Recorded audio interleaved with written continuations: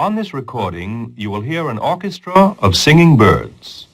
Every sound in this musical composition, every note, chord, background, solo, every sound and every combination of sounds was emitted originally from the throats of birds. If at certain moments they seem a little off-pitch, it's because the bird you're hearing that moment sings a little off-pitch. But keep in mind as you listen that nothing has been added. If you think you hear something that sounds like a particular musical instrument or a human voice or anything else other than bird calls, you're wrong. It's bird songs and nothing but bird songs that you're about to hear. The Symphony of the Birds is in 3 movements. Before hearing them, listen to the original bird calls from which these 3 movements are compiled, recordings of the songs themselves before they were transformed on the tape machine, before they were lowered in pitch and reduced in speed. There are 8 different birds in the first movement alone. The first is the Carolina chickadee, who reappears in the middle and again at the close of the first movement. This is the Carolina chickadee.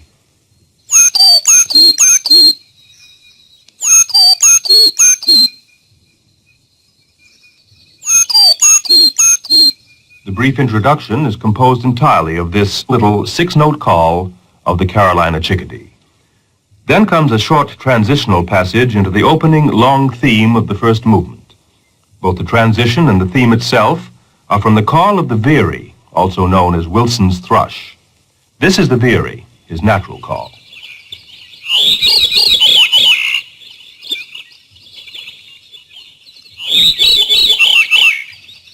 His solo in the first movement, if written on music paper, could be called Andante e Lirico. The second theme of the first movement is in 2 parts, one sung by the Baltimore Oriole,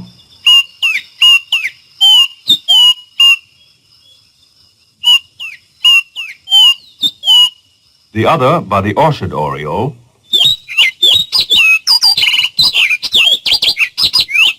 and interspersed among these fragmentary themes of the veery and the 2 orioles is the song of the field sparrow.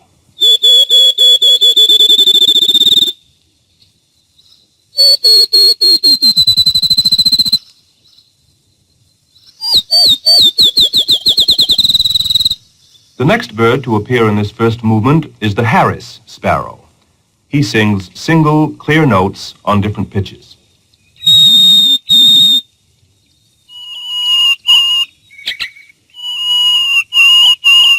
Then, after a brief reappearance of the Carolina chickadee, comes a jouncey little sequence from the throat of the meadowlark.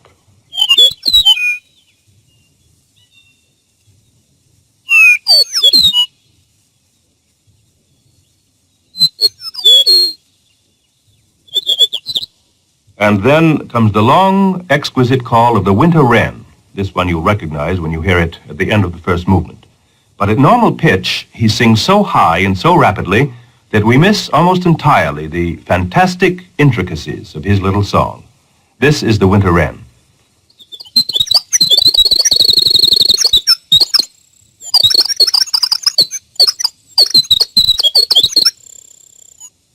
These 8 birds and no others are in the first movement of the Symphony of the Birds.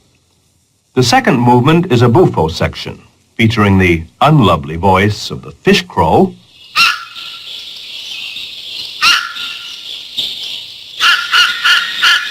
who renders not only trumpet solos, not too skillfully, but doubles on the trombone and tuba, sometimes in duet with himself.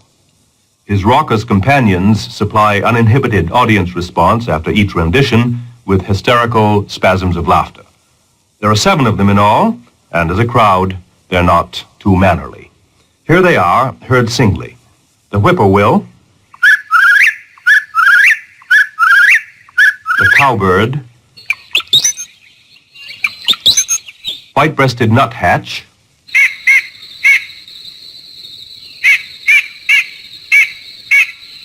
purple martin, blue jay, chuck-will's widow,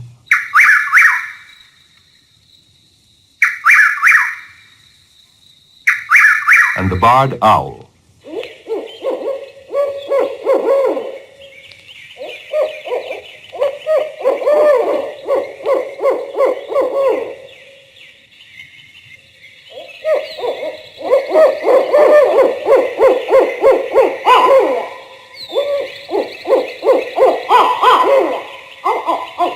That's the gang that participates in this fish-crow jam session.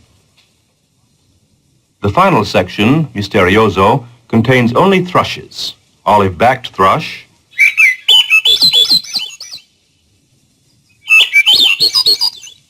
wood thrush,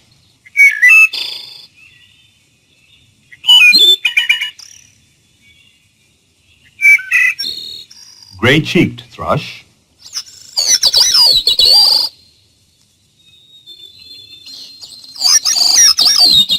and hermit thrush.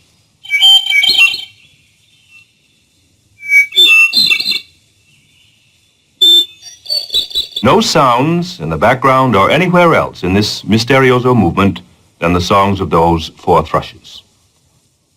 Well, now you've heard everything that went into the making of this piece called Symphony of the Birds. But it's not intended to sound like an aviary. It's intended to sound like this Symphony of the Birds.